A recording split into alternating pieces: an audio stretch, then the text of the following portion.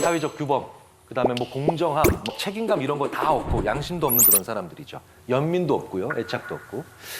그걸 보여주는 잃어버린 지갑 실험이라고 아주 유명한 실험이 있어요. 이제 길바닥에 누군가의 지갑이 있습니다. 누군가의 지갑이 있는데 그 지갑 안에 어떤 물건이 들어있어요. 근데 그 물건이 어떤 것이냐에 따라서 돌려줘야 되겠다라고 하는 감정이 강하게 들 수도 있고 안 들 수도 있어요. 지갑에 어떤 게 들어있을 때 가장 돌려주고 싶다는 생각이 강하게 들까요? 저는 3번 아이의 사진이에요. 왜냐면 저게 저 사람한테는 지갑에 넣고 다닐 정도로 소중한 사진이니까. 다른 분들도 대부분 동의하시지 않나요? 자, 지갑의 회수율 실제로 어떻게 나오는지 한번 볼까요? 네. 자, 압도적 차이죠. 15, 20, 88. 네. 뭐 이런 결과가 나오는 게 크게 이상하지 않으시죠? 그렇죠? 그렇다면 타고난 사이코패스나 소시오패스들이 이 세 종류의 지갑을 어떻게 대하는지 대충 이제 짐작해 가실 겁니다. 전혀 차이가 없죠. 연민이 없기 때문입니다. 그들은 오로지 어떤 지갑이든 돈이 얼마나 들었는가에만 관심이 있습니다. 네. 그래서 이 사람들은 딜레마에 빠지지 않아요. 딜레마는 야, 이렇게 하자니 얘가 힘들고 이렇게 하자니 이쪽이 피해를 봐. 이런 걸 다 딜레마라고 하죠. 자, 예를 들어서 이런 겁니다. 어떤 마을에 살인마가 나타났어요.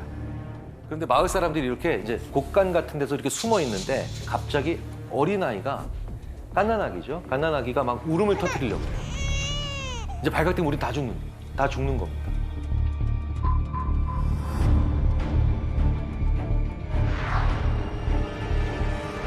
자, 이런 긴박한 상황에서 정찬님 같으면 어떻게 하실 건가요? 왜 그런 긴박한 상황에 저를 지금 보여주시는 표정은 왜 어려운 걸 시켜 나한테는 생각해 봤는데요. 저는 두 가지로 행동할 것 같아요. 네네. 만약에 아이의 아빠였다면 나머지 마을 사람들을 다 같이 죽게 할 수 없잖아요. 아이를 안고 뛰쳐나갈 것 같아요. 도망쳐 보겠어요. 그리고 두 번째는 어차피 죽을 거 싸우다 죽어보겠어요. 차라리. 애기가 우는 걸 어떻게 뭐 할 수가 없잖아요. 그렇죠. 네. 네, 네. 그 두 가지 방법 외에는 떠오르지 않네요. 어떤 분들은 또 이렇게 얘기하세요. 어떻게든 소리가 안 나가게 막아보겠습니다. 네. 그래서 제가 그런 생각도 어떻게 하셨냐 했더니 음향공학과 전공입니다. 그럴 수도 있겠구나. 네, 네, 네. 심지어 또 어떤 분들은 이러세요. 아이에게 최면을 걸어보면 안 될까요? 또 시작하고, 네. 어떻게든 아이를 죽인다로 가지 않아요. 네.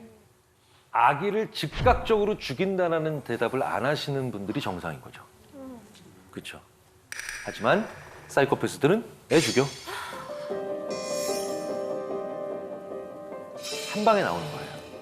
이게 합리적이다라는 것이 그래서 무서운 거예요. 대를 위해서 소를 희생시킨다? 합리적일 수 있죠. 실용적인 걸 위해서 가치를 희생시킨다? 합리적일 수도 있죠. 그런데 이들은 이렇게 약한 자나 아니면 소수를 대를 위해서 아니면 이익을 위해서 희생시키는데 제일 중요하죠. 망설임이 없다. 예. 그래서 딜레마 문제를 주고 어떤 해결책으로 가느냐를 중요하게 생각하는 게 아니에요. 그보다 더 중요한 건 얼마나 망설이고 주저하고 그리고 힘들어하는가. 네, 이런 게 중요한 겁니다, 사실은. 자, 그런데 이 와중에 또 특이한 연구하는 분들이 많아요. 혹시 사이코패스를 겉모습으로 구별할 수 있을까요?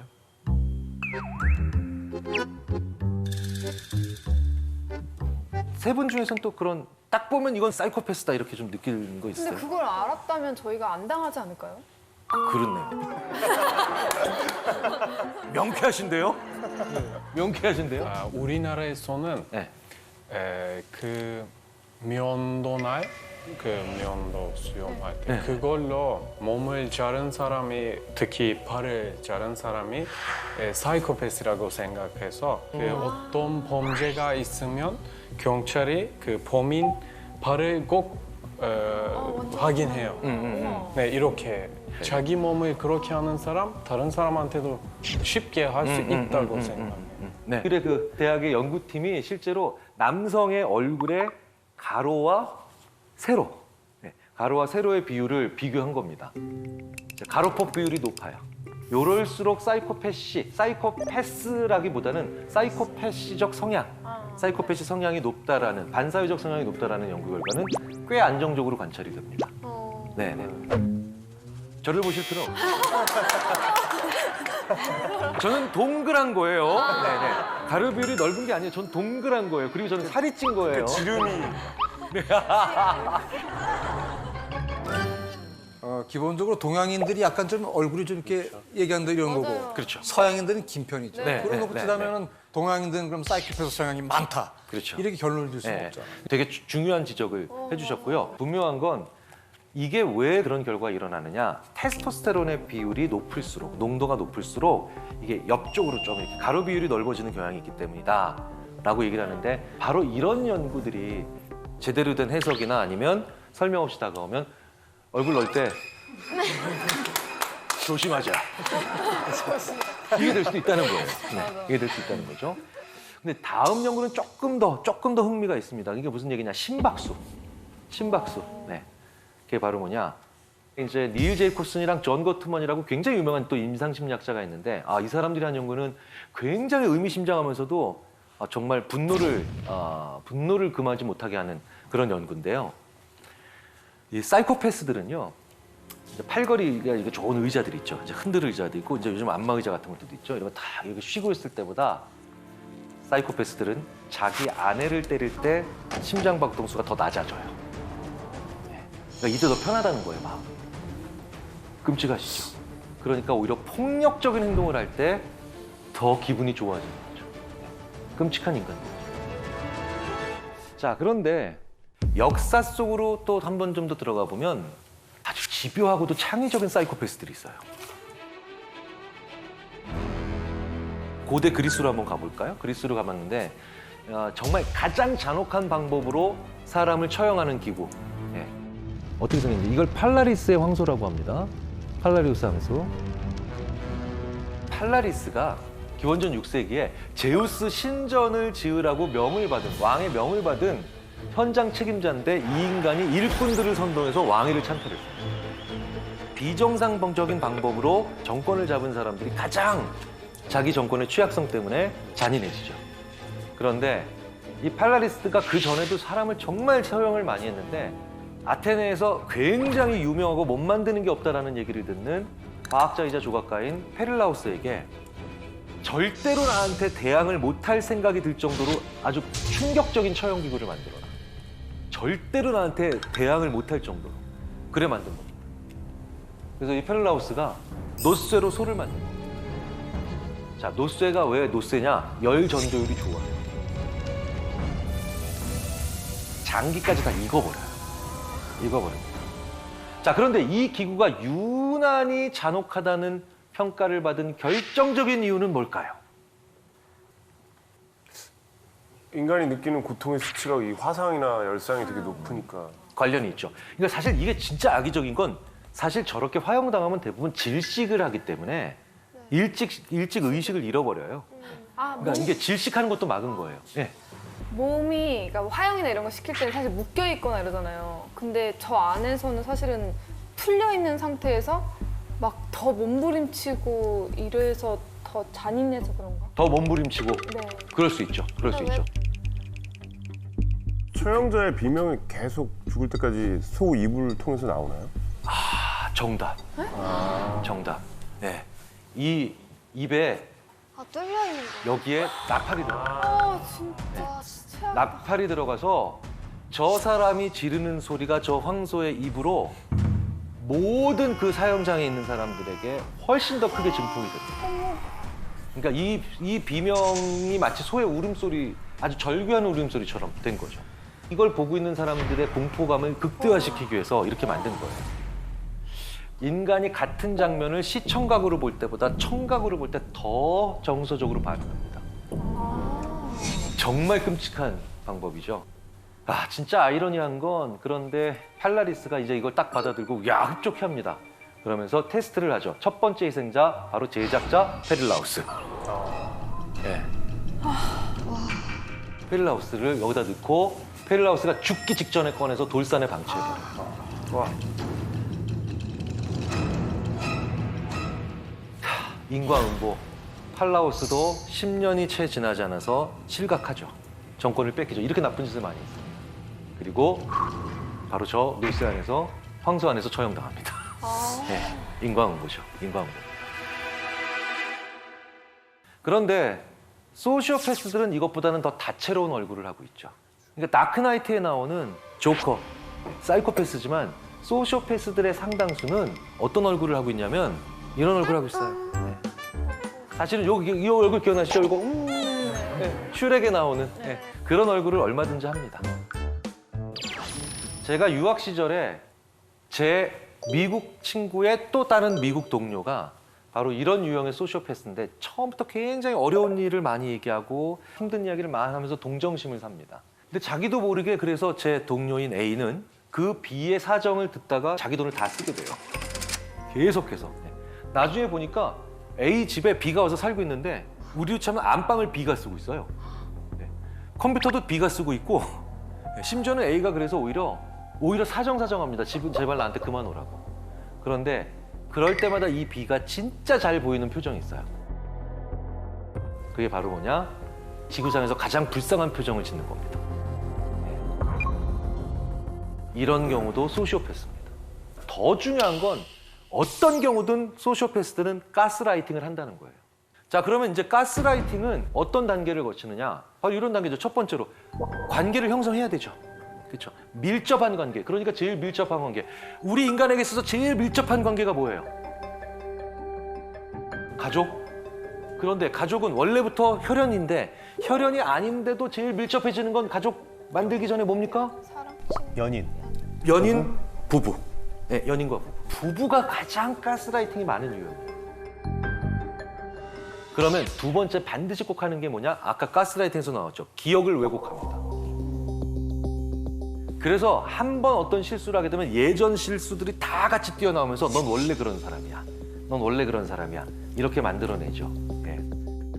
기본적으로 여기까지 오면 사실은 말도 안 되는 얘기야라고 하면서 반박을 할 수도 많게 되지만 이 세 번째 단계까지 오게 되면은 이제는 아예 저항을 못 합니다. 그게 바로 뭐냐? 주위에 다른 사람들을 만나면 안 된다라고 계속 얘기를 하는 거죠. 그게 미니마이징이에요. 계속해서 고립시키는 겁니다. 저는 이 세 번째를 하는 군대 밖에서 군대 안에 있는 친구에게 이걸 하는 그런 사람을 만난 적이 있어요. 그러니까 무슨 얘기냐면 제가 군대에 있을 때 어떤 병사 한 친구가 갑자기 어느 날 오더니 저는 정훈 장교님이랑 이제 다시 얘기를 할 수 없습니다. 그 뭐야? 무슨 얘기야? 너랑 나랑 연애하냐? 그래서 저는 그냥 별 생각 없이 그냥 그런가 보다라고 그래 알았어 오지 마 정훈 씨래. 근데 나중에 한 2년 후에 그 친구가 우연히 저한테 이메일을 보내더라고요. 그때 정훈 장교님과 만나지 말라고 제 친구가 얘기했기 때문에 안 간 거기 때문에 죄송하게 생각한다고. 근데 그 정훈 장교님 만나지 말라고 얘기한 애가 그럼 같은 부대에 있었느냐? 아니래요. 자기 과 친구래요. 네. 그러니까 걔는 군대를 갔고 그 과 친구가 계속해서 걔네 집에 살고 있는 거예요. 걔는 군대를 갔고 그 가스라이팅이라는 친구는 그 친구를 이용하면서 계속 그 집에 살고 있었던 겁니다. 그런데 그걸 계속하는 과정에서 이 소시오패스적이고 가스라이팅하는 친구는 계속해서 자기 말을 듣게 해야 되니 제일 중요한 게 뭡니까? 주위에 다른 사람들을 만나면 안 된다라고 계속 얘기를 하는 거죠. 그게 미니마이징이에요. 어떤 식으로 됐냐면 이렇게 얘기하는 겁니다. 입영 전날에 이렇게 얘기했대요. 너 군대 가면 맞아 죽을 수 있어. 최대한 사람들에게 마음을 열지 말라고. 계속해서 고립시키는 겁니다. 마지막 단계가 있습니다. 이제 본격적으로 뭐가 시작되느냐? 무시가 들어갑니다. 근데 무시를 세게 하는 걸 우리가 보통 개무시라고 하죠. 네. 근데 정말 그런 식으로 무시합니다. 네. 옆에 그냥 물건이 있는 것처럼 무시할 때도 있고요. 근데 왜 그런지 아세요? 자, 보세요. 관계를 밀접하게 맺었죠? 기억을 왜곡시켰죠? 미니마이징 시켰으니 이제 이 사람밖에 없죠? 근데 이 사람이 무시하고 나를 사람 취급 안 하는데 어느 날 갑자기 이러다가 일로 와. 이러면 진짜로 주인 앞에 꼬리치는 강아지처럼 갈 수밖에 없는 거예요. 그렇게 만들면서 계속해서 자기의 종을 만들고 자기에게 복종시키는 거죠. 그런데 이런 사람들은 자기들이 그렇게 행동하고 있다는 거 알까요? 알까요? 관심 없어요. 그 사람이 아느냐 모르느냐에 관심 가지지 마세요. 그 사람들은 그걸 아느냐 모르느냐 본인이 인식하는 거에 관심이 없다는 겁니다. 네. 그게 가장 무서운 점이에요. 세상에 제일 무서운 인간들이 지가 무슨 잘못을 하고 있는지에 관심이 없는 인간들이에요.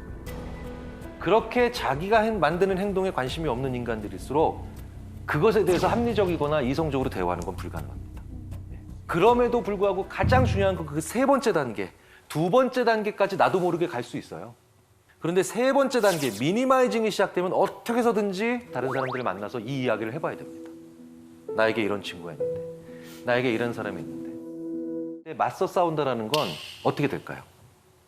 논리로 이기겠다? 관계를 개선하고 싶다? 어떻게 될까요? 다 망하는 거예요. 그냥 뒤도 돌아보지 말고 끊으셔야 돼요. 맞서서 싸우지도 마세요. 그냥 버리세요. 관계를 끊으셔야 된다는 거예요. 궁금한 게 있는데요. 많은 사람들이 가스라이팅하고 훈계, 조언의 차이를 좀 어려워하는 것 같아요. 누군가 훈계를 하는데 가스라이팅 한다고 생각할 수도 있고 반대로 생각할 수도 있고 혹시 구분하는 방법이 있을까요? 훈계는 대부분 일회성으로 그칩니다. 근데 가스라이팅은 동어 반복이 끊임없이 일어나요. 네. 그러니까 이게 뭐냐면 보통 웬만한 건요, 우리는 그 내용 위주로 전달을 할 때 한 번 내가 한 훈계는 더 이상 되도록 안 하려고 해요. 첫 번째가 바로 그렇게 동어 반복적인 현상이 있다는 거고요. 이제 두 번째로는 훈계는 대부분 그래서 어떻게 하라는 얘기가 있어요. 근데 가스라이팅은 그래서 하지 말라는 얘기를 주로 다듬고 더 많은 경우에는 그러니까 어떻게 해도 안 되니까 가만히 있으라는 얘기인 거죠. 이 사이코패스, 소시오패스의 얘기를 지금까지도 계속 해드렸는데 못지않게 또 힘든 사람들이 있죠. 나르시시스트. 이 나르시시스트는요, 기본적으로 내가 안 돼야 지가 행복한 사람이기 때문이에요. 자, 나르시시즘의 차이는 박 부장이 있고 자존감이 높은 김 부장이 있다고 치자고요. 왜? 저는 김 씨니까 제가 김 부장 좋은 거 할래요. 자, 이렇게 자존감이 높은 김 부장은요, 일을 잘했는데 상무님이 와서 김 부장 이번 일 너무 잘 됐네, 훌륭해 라고 얘기하면 이거 보통 이렇게 얘기합니다. 저희 팀 애들이 원래 한기량 합니다. 자, 이 말엔 이런 뜻이 있죠. 나의 부하들도 나만큼 뛰어나고 그래서 우리는 협동을 잘해서 이 좋은 결과를 만들었다. 이런 얘기예요. 그런데 나르시시즘에 완전히 빠져있는 이 박 부장은 와, 똑같은 칭찬을 받습니다. 비슷한 일을 했고요. 잘했고요. 그런데 상무님이 와서 박 부장 이번에 이렇게 일을 잘했어. 훌륭해. 라고 칭찬을 하면 이렇게 얘기합니다. 이 띨띨한 부하들을 데리고 내가 그 일을 해냈지 말입니다. 네. 나르시시즘은 내가 잘하는 것도 중요하지만 남들이 못하는 것도 중요해요. 그래서 이 나르시시즘에 있는 사람들은요, 심지어 겸손해 보이는 사람들도 있어요. 꽤 겸손해 보이는 것 같이 연극을 하지만 결국은 얘가 후지고 멍청한데 내가 도와줘서 잘 된 거야. 이 두 가지 조건을 다 충족시키려고 해요. 왜 이런 사람들이 만들어질까요? 바로 어렸을 때부터 서열과 등수에 민감한 사람으로 교육받았기 때문이에요. 와, 우리 애가 이번에 95점을 받았어요. 야, 잘했구나. 이게 아니라 몇 등이야. 그러니까 석차 위주의 평가를 많이 받았던 사람들. 때로는 지나치게 작은 일에도 과한 칭찬을 많이 받았던 사람들. 그러니까 그 큰 칭찬감을 느끼기 위해서 뭡니까? 내가 받은 일에 혹은 내가 한 일의 성과가 하이라이트 된 것보다 남이 한 일이 더 저평가되면서 그 격차감을 더 많이 느끼려고 한다는 거죠. 정말 힘든 건 이 나르시시스트가 부모가 됐을 때예요. 이런 부모들이죠. 내가 널 키우느라고 얼마나 고생했는가. 이제 이건 워밍업이에요. 자, 그러면서 이제 상처 부위 하나하나가 이제 이건 내가 너를 그때 업느라고 생긴 상처고, 네. 이건 내가 그때 너를 안느라고 생긴 상처고, 그리고 내 인생은 너를 키움으로 인해서 망한 인생이다. 네. 사실 자식에게 할 수 있는 굉장히 큰 저주예요. 네. 이게 또 천륜이니 거스를 수도 없다라는, 세상에 어떻게 부모님을 버리겠어요. 그런데 나르시시스트 부모님을 둔 그런 자녀분들께는 관계를 단호히 끊으라는 말씀까지는 드릴 수는 없지만 적당히 멀어지셔야 됩니다. 부모가 행복해야 아이들은 미래를 꿈꿔요. 그런데 자기의 불행을 팔아 자기의 욕구를 해결해? 이건 정말 안 좋은 부모님이죠. 나르시시즘이 범죄로 이어지는 경우도 가끔 있죠. 그게 바로 예전에 봤던 아파트에서 근무 중인 경비 업무하시는 분에게 자기 차 손으로 밀었다고 온갖 구타하고 협박해서 결국 사직을 종용했고, 심지어 그래서 스스로 생을 마감하시는, 온 국민이 분노하는 사건이었잖아요. 갑질이 전형적으로 나르시시즘이거든요. 그러면 이런 나르시시스트가 상대방을 굉장히 잔인하게 다룰 때 그 전조가 되는 말이 있어요. 그게 바로 뭐냐? 어딜 감히. 어딜 감히. 학생이 감히. 젊은 친구가 감히. 여성이 감히.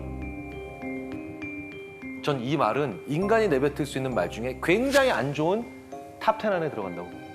이런 감이라는 말을 쓰는 사람들 치고 나르시시스트적인 행동을 보이거나 혹은 그에 준하는 행동을 보이지 않는 사람을 본 적이 없습니다.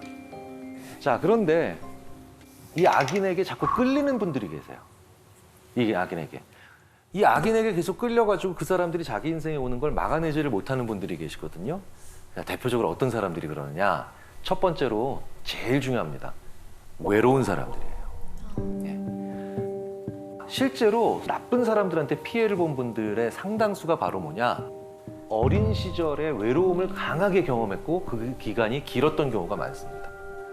외롭다라는 게 무슨 뜻인가요? 사람을 많이 안 만나봤다는 뜻이죠. 그래서 사람을 많이 안 만나봤기 때문에 이 사람이 떠나면 다음 사람이 온다는 걸 생각을 못 하시는 거예요. 사람을 많이 만나본 사람들은 헤어질 때 아낌없이 좋아하고 좋은 관계가 있다가도 헤어져야 하고 그 다음에 어쩔 수 없이 이별을 할 때 그때 상대방을 괴롭히지 않습니다. 그리고 본인 자신도 그래 더 좋은 사람을 만나야 되겠다. 이게 깨끗이 있는 것과는 좀 다른 거죠. 헤어짐을 인정하는 거예요. 그냥 우리는 지금 헤어지는 거예요. 그런데 이 외로움이 강한 분들은, 그리고 외로움을 많이 경험했던 분들은 그걸 못하는 거예요. 그래서 이제 나쁜 관계도 계속 유지하고 심지어는 도피를 하는, 그 관계로 도피하는 경우가 있다는 거죠. 이게 우리 인간에게 있어서 굉장히 안 좋은 일이라는 거예요. 두 번째로 악인을 자꾸 의식 무의식적으로 필요로 하는 분들이 계세요. 예를 들어서 정말 질 나쁘거나 못된 직장 상사. 이 직장 상사를 보고도 떠나질 못하는 겁니다. 자, 왜 그런지 아십니까? 얘가 직장 상사니까 이 사람이 능력은 더 있는 거예요. 20대나 특히 30대처럼 청년기에는 굉장히 질이 안 좋고 나쁜 사람인데 불구하고 나의 사회적 경험이 적으니까 그렇게 나이 많아지면서 자연스럽게 가지는 능력이 부러운 거예요. 네. 그래서 이런 경우에 이 사람을 떠나질 못하고 계속 그 사람에게 붙어 있습니다. 이건 정말 안 좋죠. 왜? 그런 인간들은 반드시, 이런 질이 안 좋은 직장 상사는 반드시 자기가 저지른 나쁜 짓의 공범으로 나를 만들 가능성이 크거든요. 네. 뭘 모른 척해. 내가 원래 이런 사람인 거 알고 있었잖아. 다 알면서 왜 이래? 네, 이런 사람들. 실제로 자기 민낯이 들어갈 때 다 알면서 왜 그래? 네. 알면서 왜 모른 척하고 있어? 이런 식으로 얘기를 하는 사람들 치고 단 한 케이스도 저는 예외적인 케이스 없이 다 나쁜 사람이었어요. 나쁜 선배죠. 자, 근데 세 번째가 있어요. 이건 나이가 젊은 분이든 아니면 상당히 나이가 있는 분들이든 가리지 않고 나타나는 유형입니다. 이게 바로 이른바 에코이스트예요. 이른바 네타시오 증후군. 에코이스트는 나르시시스트랑 정반대예요. 뭐냐? 뭔가 잘못되면 생각도 안 하고 내 잘못이라고 얘기를 해요. 진짜로 뭐만 해도 자기가 뭘 잘못했나를 먼저 생각해요. 그러니까 남한테 피해 주는 걸 너무 싫어하기 때문이기도 그렇죠.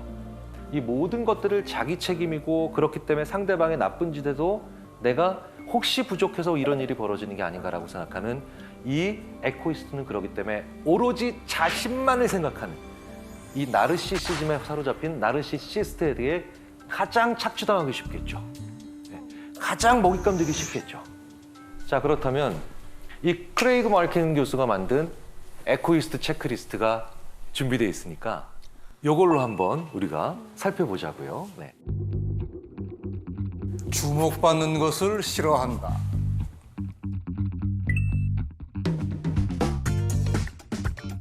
네. 문제가 발생하면 내 탓부터 한다. 유독 자기 자신에게 엄격하다. 남에게 폐 끼치는 걸 싫어한다. 타인과의 갈등을 회피한다.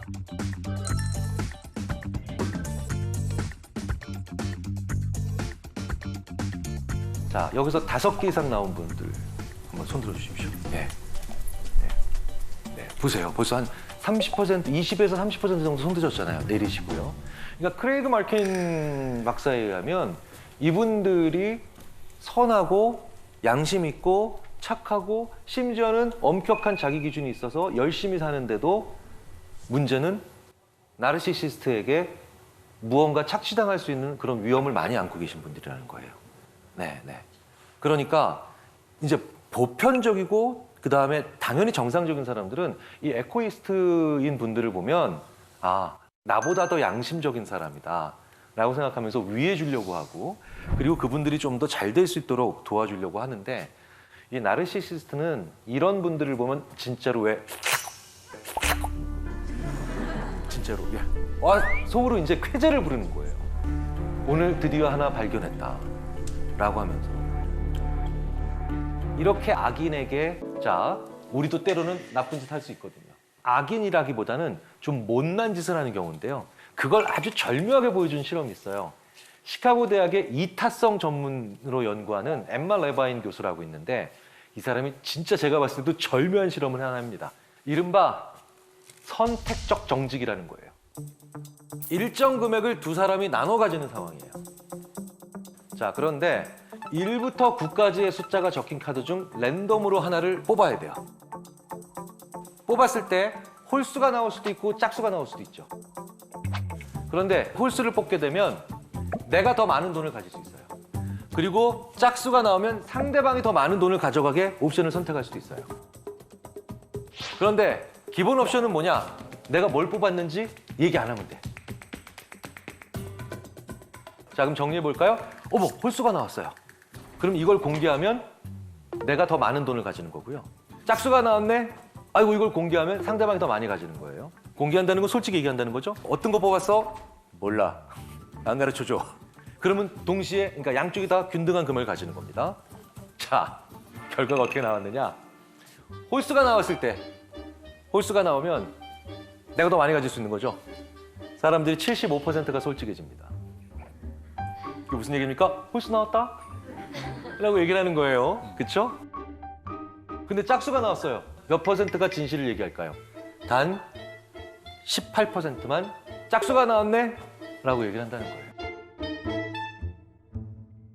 선택적 정직이죠. 그쵸?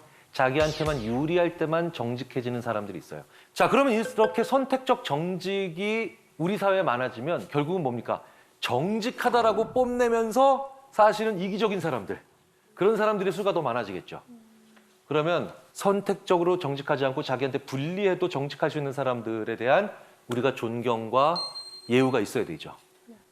그 사람들이 누구예요? 대부분의 경우 내부 고발자 아닐까요?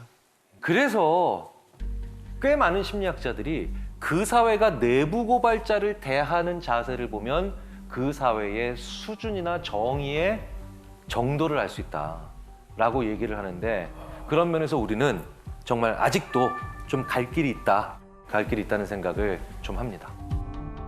세 번째로 우리가 악해질 때가 의외의 순간이 있어요. 자, 이거 그냥 지나갈 수 없죠. 준비하십시오. 자기도 모르게 못난 행동 나와서 정말 민망해졌다. 저는 배가 고프면 배고파라는 얘기만 거의 한 10만 번 한다는 얘기를 많이 들어요. 남의 화가 얘기를 나요? 아니 화는 안 내는데 남의 얘기를 안 들어요. 아, 계속 배고프다는 네네네. 얘기만 해요. 배고파. 배고파 밥 네, 먹자 네, 배고파 이 얘기만 본능이니까. 계속해요. 네. 훨씬 낫네요. 저는 실제로 화를 내거든요. 근데 또 반대로 해서 전 배부르면 바로 온순해져요. 네. 그래서 대판 부부싸움을 한 2시간 한 적이 있었는데 유학 시절에 비빔국수에다가 계란 3개 딱 넣고 만들어주니까 제가 또 먹으면서 그래 뭐 별일 있어? 바로 풀어지니까 그날 밤 제 아내의 일기에 적혔더라고요. 단순한 것 딱 이렇게.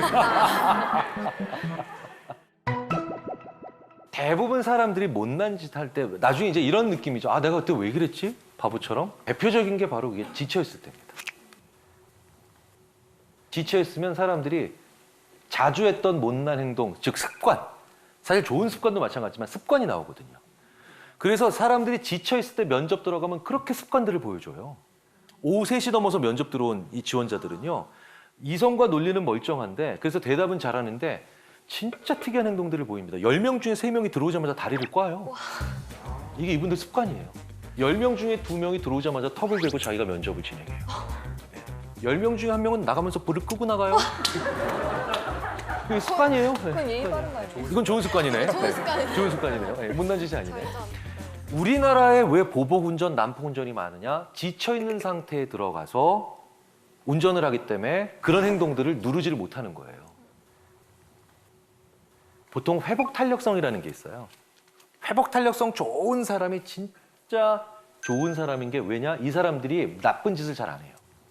회복 탄력성이라는 게 뭔가요? 좌절이 일어나도 다시 좀 올라오는 거죠. 근데 회복 탄력성이 떨어지는 사람들은 그런 게 뭡니까? 한번 좌절이 오거나 실패를 하게 되면 더 이상 올라갈 수 없을 거라고 생각하니 거기서 부정한 일이 저질러져요. 지쳐있을 때 비윤리적인 일들이나 아니면 나쁜 못된 짓들이 나오잖아요. 그러면 회복을 잘 시켜야 되는데 회복이 잘 안 된다는 느낌이 언제 만들어지느냐? 시간이 없다. 기회는 없다. 특히 한국 사회는 너무 시간이 없다라는 얘기를 많이 해요. 너무 기회는 마지막이라는 얘기를 많이 해요. 네. 저는 이거의 가장 대표적인 게 바로 대학교 들어가는 나이를 만 19살로 못 박아놓고 그리고 난 다음에 19살 넘어서 20살에 들어가면 one fail, 재수예요. 재수가 영어로 번역도 힘들어요. 재수를 영어로 표현하기가 되게 어렵다니까요. 우리가 너무 피로했다는 거 한 번쯤 생각해 볼 필요가 있죠. 아, 화내는 거 제가 말씀을 드릴게요. 저도 이제 부부싸움 뭐 많이 하고 아이들한테도 많이 하는데 결국 화낸다는 거, 부부싸움도 화내는 거죠. 저는 부부싸움 할 때 늘 거울을 등집니다. 저는 거울을 등짐으로 인해서 제 아내는 저랑 싸우면서 저한테 화내는 자기 모습도 보게 돼요. 사람들이 자기 화내는 모습에 되게 낯설어해요.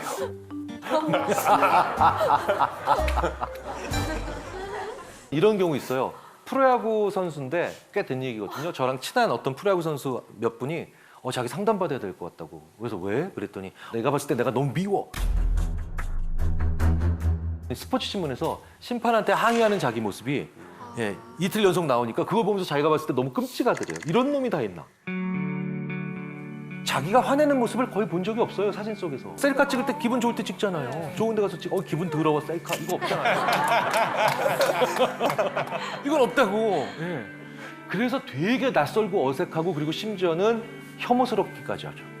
실제로 악성 민원인들이 자꾸 와서 말도 안 되는 얘기하는 창구 뒤에 바로 민원인 상대하시는 분의 뒤에 거울을 놓고 효과를 본 경우도 있고요. 그러니까 화를 낼 땐 자기를 안 보기 때문에 그렇죠. 그래서 말을 나 중심으로 하시는 게 중요해요. 너 왜 그랬어?가 아니라 네가 그러니까 아빠는 화가 나. 네가 나를 화내게 만드는 게 아니라 아빠는 화가 나라고 얘기를 하시는 게 더 나아요. 나 중심으로 얘기를 하는 거죠. 그러니까 상대방의 원인 제공자처럼 상대방을 자꾸 만들면 계속해서 원망만 많아집니다. 그런데 나는 지금 슬퍼, 나는 지금 화가 나, 나는 지금 삐졌어, 나는 지금 속상해 이렇게 나를 중심으로 언어를 하면 상대방도 훨씬 더 나에게 맞춰주기 좋고 나도 상대방에게 좀 더 조절하기가 쉬워져요. 이게 악인인지 손절해야 되는지 아리송해. 이런 분들에 대해서 좀 고민하신 게 있으면 이제 질문을 좀 받아보겠습니다. 이제 주변에 자기 얘기만 하는 친구 있잖아요. 난 오늘 이래서 힘들었고 나 이래서 오늘 이런 사람 만나서 너무 힘들었어. 이런 자기 얘기만 하소연을 많이 하는 친구가 있는데 그 친구를 만나면 그래서 기가 쫙 빨려서 오는 거예요. 뭔가 힘을 얻고 오고 싶은데. 일종의 이제 에너지 뱀파이어죠. 소위 말하는 대화 독점자라고 불러야 되는데 인간에게 있어서는 거울 유론이라는 게 있는데 거울 유론이 뭐냐? 상대방을 보면서 비슷해지거나 공감하거나 배우려고 하는 그런 거거든요. 그러니까 뭐냐? 세상에 와서 그런 계속해서 부정적이고 힘들고 괴로운 얘기만 하면 내 뇌도 그런 불행으로 가까이 같이 간다는 거예요. 그런 것 같아요. 이게 기운이 싹 빨려서 오더라고요. 뇌는 계속해서 실제로 엄청난 스트레스를 받아요. 그래서 사실은 친구 관계라면 너무 행불행에 관련된 얘기를 많이 한다는 것 자체는 좋은 건 아니에요. 사실 친구들끼리 있을 때 시시껄렁한 얘기, 쓸데없는 얘기, 무목적인 얘기, 의도 없는 얘기, 싱거운 얘기. 사실 이런 걸 할 때 사람들이 굉장히 리프레시가 많이 됩니다. 그러니까 사실 친구들은 왜 만나는 줄 아세요? 장난치려고 만나는 거예요. 근데 그런 얘기 하잖아요. 우리 친구들 만나면 야 우리 좀 도움되는 얘기 좀 하자 막 이러면서. 그럼 관련 분야 자격증 소지자를 하는 거예요. 왜냐면 친구는 서로 교훈을 주려고 만난다기보단 서로 장난치려고 만나는 게 기본적인 겁니다. 장난을 치지 않는 인간들은 필연적으로 애착과 창조 두 가지를 다 망가뜨려요. 아무리 부부싸움을 심하게 해도 그 부부가 서로 장난을 서로 치잖아요. 그 부부는 오래 살아요. 근데 아무리 우리들은 서로 사랑해라고 해도 장난 안 치는 부부들 있잖아요. 위험한 거예요. 친구들도 마찬가지예요. 친구들끼리 앉아서 무슨 100번 토론할 거예요? 네. 뭐 시사저널, 시사 토론할 소소한 싱거운 얘기를 하라고 만나는 게 친구예요. 사실은 손절이라는 표현보다는 가급적 멀리하세요. 가급적 멀리하시는 게 제가 보기에는 더 좋습니다. 감사합니다. 네. 제가 보기에는 그저 착한 사람인데 가식적이라고 욕하는 친구 혹시 그건 무조건 손절. 착하다는 이유로 더 괴롭히는 애들이 있어요. 이건 진짜 나쁜 애들이에요. 소시오패스에 거의 준하다고 저는 봐요. 왜냐하면 소시오패스가 특히 권력지향적 소시오패스가 제일 싫어하는 사람들이 바로 뭐냐? 착한 사람이에요. 왠지 아세요? 자, 권력지향적 소시오패스들은 뭡니까? 힘을 잡는 게 최고의 정직이에요. 예. 그런데 사람들은 자기 생각과 반대 생각하는 사람을 위선적이고 거짓말쟁이라고 하잖아요. 그래서 이런 유형의 소시오패스들한테는 가장 위선적인 게 착한 사람들이에요. 정말 저 자식 속은 안 저럴걸? 그러니까 위선적이라고 생각하니까 더 많이 괴롭힐 수 있는 거예요. 힘이 약한 사람을 괴롭힌다? 나쁜 짓이죠. 근데 착하면서 힘 약한 사람을 유난히 더 갑질하거나 괴롭힌다? 이건 진짜 질이 안 좋은 인간입니다. 네, 이건 끊어내셔야 돼요. 이건 끊어내셔야 돼요. 자, 우리 이런 사람들 왜 알아봐야 될까요? 다시 한번 말씀드리죠. 나에게 진짜 소중한 사람에게 정확히 그들을 알아보고 잘해주기 위해서 악한 사람을 알아봐야 되는 겁니다. 아주 사소한 습관 몇 개가 있어요. 이런 사람들의 영향을 덜 받는. 첫 번째가 이런 사람들 연락처는 절대 저장하지 마세요. 네. 나쁜 사람들 연락처를 이름을 써서 저장하는 분들이 계시대요. 심지어는 개자식이라고 하는 나쁜 별명을 가지고. 아니요. 네. 진짜로 피하고 싶으시다면 아무 의미 없게 번호로 만들어 놓으셔야 돼요. 번호로. 그래야 내가 어떻게 받아요? 누구세요? 라고 받죠? 누구세요? 3번만 받잖아요? 그럼 이 사람들은 아, 얘한테 영향력 행사하기 되게 어려울 것 같은데? 이런 생각을 합니다. 두 번째, 가까운 사람만이 나를 구한다라고 하는 이 비합리적 신념을 버리셔야 됩니다. 되게 재밌게도요. 사스, 메르스, 코로나. 이화여대 최재천 교수님이 이러시죠. 지금 코로나 팬데믹으로 인한 바이러스가 왜 자꾸 주기가 짧아집니까? 개체의 다양성이 줄어들기 때문에 숙주로 삼을 만한 것이 인간밖에 없어서 계속 오는 거다. 그렇다면 우리 사이에 정말 많은 다른 동물들이 존재하고 있고 멸종되지 않은 수많은 종들이 존재하고 있다면 이렇게 한순간에 바이러스가 팬데믹으로 변하면서 우리를 괴롭히는 사회가 되지 않았을 겁니다. 이게 정확하게 악인이 바이러스예요. 무슨 얘기냐? 느슨하지만 다양한 관계가 없으면 필연적으로 나를 향해 오기가 쉬워져요. 예, 그렇겠죠? 걱정하지 마십시오. 현대사회에서 저희들이 아무리 연구를 해봐도 느슨하지만 다양한 관계를 가지고 있는 사람이 행복해요. 그리고 느슨하지만 다양한 관계를 가지고 있는 사람이 더 생산적이고 회복도 빨라요. 느슨하다는 걸 두려워하지 마시라는 거예요. 친해 안 친해라고 하는 이분법적 언어를 오늘부터 버리시란 얘기예요. 앵간히 친해 이런 말도 굉장히 좋은 그 사람과의 관계를 얘기해 주는 거예요. 1년에 단 2번 만나는 친구로부터 받는 위로도 상당하고요. 3년에 한 번쯤 만나는 친구나 그런 연락 주고받는 사람에게 결정적 도움을 받는 경우도 많아요. 사실은 제일 가까운 사람은 내가 위험할 때 나랑 같이 위험해요. 네. 왜냐면 모든 면에서 비슷하기 때문에. 네. 그러니까 느슨하지만 다양한 관계를 만들기 위해서 근데 어떻게 해야 되나요? 바로 나에게 문화, 취미, 예술, 레저 그리고 이렇게 나의 직업과 직접 상관이 없는 공부들을 하는 게 되게 중요하죠. 내 일에서 초보자가 되면 이건 직업을 잃고 괴로운 일이지만 일이 아닌 곳에서 내가 살짝 초보자가 잠시 돼보는 건 아주 재미있는 행복감과 만족감과 감탄을 만들어내죠. 제가 작년 1월 달에 붓글씨를 한번 써봤습니다. 2달을 써봤죠. 저랑 같이 사시는 그 여자분이 2달 동안 쓴 걸 지나가고 난 다음에 쭉 보고 난 다음에 저한테 이렇게 얘기하더라고요. 하도 못 썼으니까 어이없어 하면서 당신은 손가락으로 하는 건 코 비는 거 외에는 절대 하지 마라. 이른바 똥손. 네. 근데 저는 2달 동안에 저를 봅니다. 행복해지더군요. 왜? 1월 2일부터 3월 2일까지의 제가 슬로프가 이렇게 기울기가 만들어지니까 이제 추사 김정희 선생도 얼마 안 남았어요. 3달을 더 했죠. 네. 한석봉 선생님도 과시권이더라고요. 세상에서 소시오패스가 혹은 그에 준하는 악인들이 제일 좋아하는 먹잇감을 종합하자면 뭔지 아세요? 능력 있고 열심히 살고 착한 사람이에요. 능력 있고 열심히 살고 착한 사람. 왜? 이래야 빼먹을 게 제일 많죠. 착취할 게 제일 많죠. 그리고 하나 더 있어요. 나에게 감탄할 게 없는 사람이에요. 능력 있고 열심히 살고 그리고 착한데 나한테 감탄할 게 없는 사람이에요. 일만 하는 사람이 제일 위험해요. 번아웃에도 취약하지만 이런 악인들의 관계에 있어도 취약해요. 일 외의 일을 해야 내가 감탄할 수 있게 됩니다. 사이코패스 때문에 더 힘드실 것 같아요. 앞으로 남은 생이. 네. 소시오패스 때문에 더 힘드실 것 같아요. 소시오패스가 소시오패스. 요즘 뭐 많이 네, 나오니까. 네. 우리나라에서 사이코패스 제일 많이 보신 분이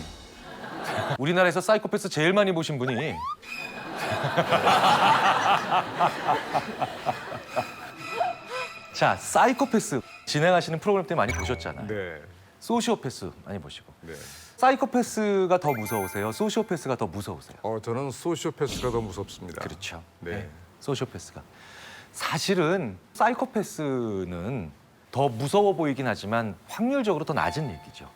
근데 소시오패스는 인구 100명당 4명 이상 나옵니다. 네. 더 높게 추정하는 사람도 있고요. 그렇기 때문에 지금까지 살아오시면서 소시오패스들은요 반드시 만나보신 거예요. 그러면 대부분 이러세요. 나 소시오패스 만난 적 없는데? 나 그런 경우 별로 없었어. 자, 그러면요. 제가 이렇게 소시오패스의 가장 중요한 정의 중에 하나를 말씀을 드리면 이제 나는 지금까지 살아오면서 소시오패스를 한 번도 만난 적이 없고 앞으로도 소시오패스를 만날 일이 없다라고 자신 있게 말씀하실 수 있는 분들 거의 안 계실 거예요. 제가 방금 전에 뭐라고 말씀드렸죠? 정말 가깝고 좋은 사람들이 되기 위해서 우리는 특별한 용건이나 목적이 없어도 대화를 해야 됩니다. 라고 말씀을 드렸죠. 소시오패스가 제일 싫어하는 사람들이 용건 없는데도 말 거는 것들이에요. 왜? 나는 용건이 있어야만 대화를 하거든요. 소시오패스의 가장 중요한 특징 중에 하나가 바로 뭐냐면요. 내가 필요할 때만 나한테 잘해주는 사람이에요. 너무 많은데 그런 주변에. 그리고 내가 필요 없어지면 나한테 다시 굉장히 차갑게 돌변하는 사람이죠. 그러면 갑자기 내 주위에 수많은 사람들이 소시오패스로 돌변을 합니다. 하지만 어쨌든 소시오패스의 가장 중요한 특징 중에 하나는 내가 필요할 때만 나한테 잘하고 내가 필요 없어지면 나를 버리는 사람입니다. 그러니까 굉장히 많은 소시오패스들 우리는 경험했고 실제로 굉장히 가까운 사람으로도 둬본 적이 있다는 거죠. 그리고 앞으로도 우리는 소시오패스들을 결국 만날 수밖에 없습니다. 자, 그러면 이 소시오패스는 어떻게 하면 될까요? 안 만나는 게 상책이에요. 근데 소시오패스들은 대부분의 연구들을 보면 머리가 좋아요. 그래서 자기의 소시오패스적 성격을 잘 드러내지 않습니다. 그래서 저희 심리학자들 중에 상당수가 어떻게 하면 소시오패스들도 숨길 수 없는 그 사람의 본능적 특징들을 우리가 순간적으로 잡아낼 수 있을까? 그런 걸 연구하기 시작했죠. 무슨 얘기냐? 짧은 시간에 벌어지는 일, 즉 습관적인 반응을 보면 된다는 거죠. 이런 상황이 있어요.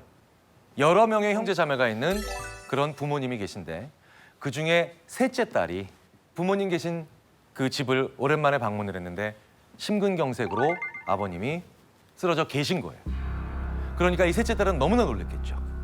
119 구급대를 불러서 병원으로 당연히 급히 옮겼을 테고 그리고 병원에서는 당연히 응급수술에 들어갔겠죠. 그리고 이 응급실에 들어가시고 난 다음에 경황이 너무나도 없었던 하지만 이제 막 정신을 차린 이 셋째 딸은 자기 첫째 언니에게 전화를 합니다. 이런 일이 있었고 아버님이 쓰러져 계셨고 그래서 내가 급히 아빠를 응급차에 모시고 지금 병원에 와서 이제 막 응급실에 들어갔다. 자, 여기까지 얘기를 해줬습니다. 첫째 언니한테. 자, 그러면 이 첫째 언니는 그 말을 듣자마자 어떻게 대답을 했어야 되나요? 거기가 어디야? 지금 갈게. 어디가 괜찮아? 아빠 괜찮니? 괜찮니? 그렇죠? 두 분의 대답이 합쳐진 게 당연히 상식적인 대답이죠. 거기 어디니? 아빠 괜찮니? 그런데 소시오패스들은 이렇게 대답한다는 거예요. 너 왜 응급실에 전화하기 전에 나한테 전화 안 했어? 헐. 뭐예요? 아빠의 목숨보다 중요한 게 뭡니까? 내가 더 중요한 겁니다. 그래서 반사적으로 이렇게 나오는 거예요. 너 왜 나한테 먼저 전화하지 않고 응급실에 전화했어? 자, 우리가 이런 사회적 현상을 많이 봐요. 무슨 얘기냐?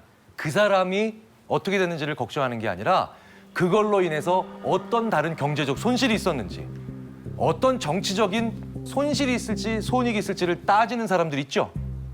심지어 우리는 국가적으로 다들 아파하는데도 그 손익을 따질 수 있는 사람들을 봅니다. 그런 사람들을 멀리 하셔야 돼요. 그런 사람들이 소시오패스적 성향이 강합니다. 심지어 사람의 목숨을 가지고도 돈으로 환산하는 사람들 가장 경계하셔야 될 소시오패스고요. 그리고 이 사람들은 결국 언젠가 내가 용도가 다했을 때 그리고 내가 더 이상 필요로 하지 않을 정도로 힘이 약해졌을 때 나에게 이런 행동을 보일 사람들입니다. 멀리 하셔야 된다는 거죠.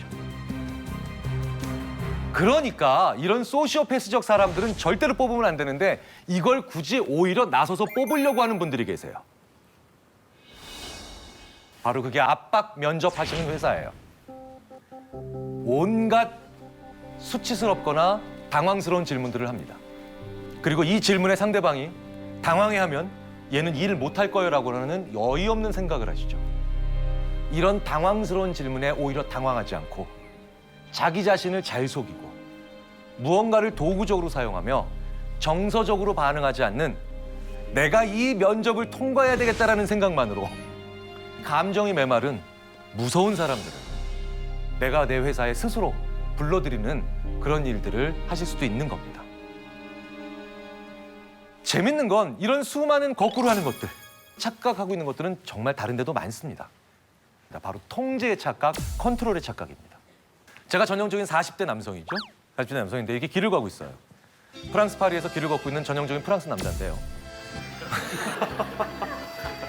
그런데 저한테 한 20대 초반 정도로 보이는 어떤 아가씨가 약간은 다급한 얼굴로 저한테 와서 아저씨 저 좀 도와주세요. 저쪽에 좀 불량스러워 보이는 세 사람이 내 휴대전화를 잠깐 보자고 했는데 장난치면서 안 돌려줍니다. 가서 젊은 친구들한테 좀 그러지 말라고 얘기 좀 해주세요. 이게 아주 위험한 상황은 아닌 것 같지만 저 친구들이 좀 쉬운 말로 이런 거죠. 껄렁껄렁대는 친구라서 그를 지나가는 자기 또래의 여자인 나에게 좀 지금 이 상황에서 약간 무례한 행동을 합니다. 요 정도의 톤이에요. 이런 식으로 얘기해주면서 도와달라고 합니다. 자, 김상준 씨께서는 도와주시겠습니까? 도와줘야지. 그렇죠. 근데 그 상황이 한국이죠? 프랑스라는 게 중요합니다. 프랑스. 네. 아, 좀 생각을 해봐야겠네. 어쨌든 도와주겠다는 사람들도 있고 안 도와주겠다는 사람들도 있죠. 자, 이런 차이가 그런데 의외로 그 사람의 성품에 의해서만, 가치관에 의해서만 결정나는 게 아니라는 거예요. 중년 남성이 아까 자기를 좀 도와달라고 하는 그 여성을 만나기 직전에 또 다른 여성에게 이런 질문을 길거리에서 받습니다. 저 아저씨, 발렌타인가로 가려면 어떻게 가야 되나요? 아, 발렌타인가요? 자, 이쪽으로 가시면 됩니다. 자, 그런데 또 다른 어떤 아저씨들은요, 그 도움을 달라고 하는 그 여성을 만나기 전에 이렇게 길을 물어봅니다. 저 아저씨, 그 마틴가로 가려면 어떻게 가야 되나요? 아, 마틴가요? 저렇게 가면 됩니다. 결과부터 먼저 말씀드릴게요. 발렌타인가요로 가려면 어떻게 해야 되나요? 라는 질문을 받은 사람들이 더 많이 도와줍니다. 이후에 만난 약간 곤경에 처한 여성을. 그리고 마틴가가 어디예요? 라는 질문을 받아서 설명해준 아저씨들은 도와주는 확률이 상당히 줄어들더라는 거예요. 도대체 발렌타인가와 마틴가가 도대체 무슨 차이냐? 자, 구글 이미지 검색을 해보면 그대로 알 수가 있습니다.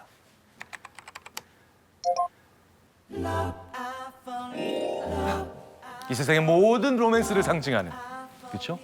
그러니까 뭐예요? 발렌타인이란 말을 듣자마자 그 얘기를 입에 담고 얘기하는 것만으로도 사람들은 뭔가 로맨스에 관련된, 이성과 관련된 조금 더 낭만적으로 변하더라는 겁니다. 자, 그런데 이 연구자들이 왜 마틴이라는 거리를 물어보게 만들었느냐? 야, 저도 이미지 검색해보고 깜짝 놀랐습니다. 이런 모습이 나오더라고요. 아유, 그러니 훨씬 더 뭡니까? 그냥 배 나온 아저씨처럼 변한 겁니다. 조금 더 낭만적으로 변한, 그리고 조금 더 아저씨처럼 변한 이 모습에서 사람들의 도움 행동의 차이가 많이 난다는 거죠. 이 단순한 차이들이 벌써 선택에 큰, 혹은 행동에 큰 영향을 만들어낸다는 건 마찬가지로 뭡니까? 우리가 직전에 어떤 상황이 있느냐, 특히 자아와 관련해서 어떤 상황이 있었는가가 굉장히 중요합니다.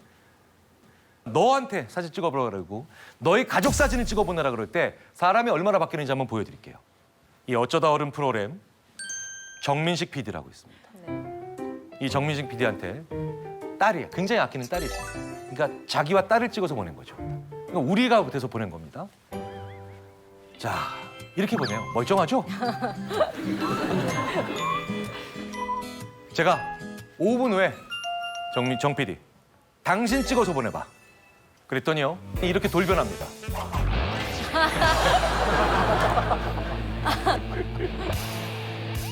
자기가 좋아하는 것들을 막 두르고 있어요.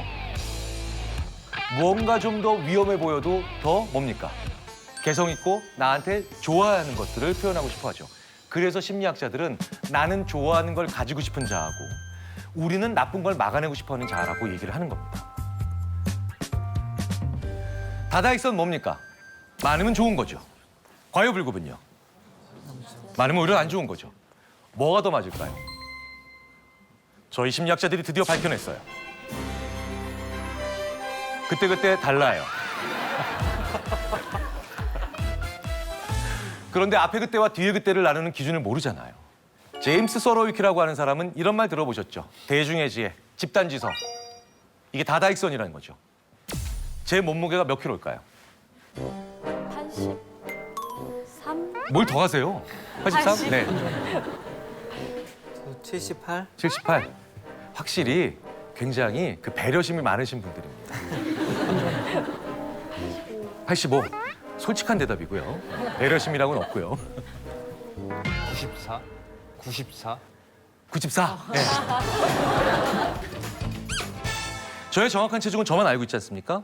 자, 이 네 분 중에 어떤 분도 제 체중을 맞히지 못했어요. 그런데 점점 제가 더 많은 분들에게 여쭤보죠. 그걸 다 받아서 엑셀에 딱 정리해서 평균을 딱 내면 신기하게도 제 체중이 나옵니다. 네. 이게 바로 대중의 지혜예요. 왜 이런 일은 할까요? 자, 보십시오. 모든 사람의 하나의 답은 정확할 수는 없습니다. 개별의 답은. 그런데 재밌게도 모든 사람의 답이 평균화를 할 때 뭐가 나옵니까? 제 몸무게라는 정답이 나오죠. 그래서 정확하고 올바른 대답은 여러 사람의 힘을 빌려야 됩니다. 정답을 구할 때는 이렇게 되지만 해답 뭡니까? 단순히 정답이 아니죠. 정해진 답이 아니라는 거예요. 수많은 답들 중에 최고의 답이죠. 게르트 기거렌처, 겉필링이라는 책의 저자죠. 이 사람은 3사람, 4사람 이렇게 면접관의 수가 늘어날수록 더 평범한 사람을 뽑는다는 것을 보여준 걸로 유명합니다. 사람들은 우리가 될 때 어떻게 됩니까?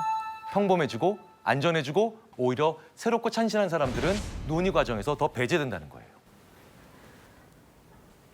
새롭고 참신한 대답은 옆에 지나가는 사람이 우연하게 발견하는 경우가 많다는 겁니다. 장기 둘 때, 바둑 둘 때, 오목 둘 때 언제 신의 한 수가 더 많이 생각나시나요? 훈수 둘 때죠. 내가 두는 게 아니죠. 내 친구가 두는 겁니다. 훈수 두는 사람들이 이래요. 거기서 열심히 지켜보고 있지도 않아요. 여기다 두면 되겠네 하고 가는 거예요. 이게 훈수죠. 그러니까 내 친구 도울 때, 내 상사 도울 때, 내 부모 도울 때, 내 자식 도울 때 이때 인간은 엄청나게 창의적으로 변합니다. 그런데 나를 이렇게 돕는 훈수를 하는 사람들이 내가 어떻게 해야 그 사람들이 나를 도울 생각이 들까요? 내가 능력 있는 사람이 될 때입니까? 내가 이타적인 사람일 때입니까? 이타적인 사람이죠. 창조적이거나 혁신적인 사람들의 대부분이 그래서 이타적인 사람입니다. 우리가 참 괜찮다라고 생각했던 미국 대통령이 최근에 한 분 있었죠. 오바마 대통령입니다. 오바마 대통령 그래서 실제로 중학생들도 알아듣는 연설을 점잖게 했다고 하죠. 물론 중학생보다 더 어린 사람들도 알아들을 수 있는 말을 하면 되지 않겠니? 그런 사람이 하나 있긴 있었습니다. 초등학교 2학년도 알아들을 수 있는 말에 연설을 한다고 해서 대통령이 된 사람도 있죠.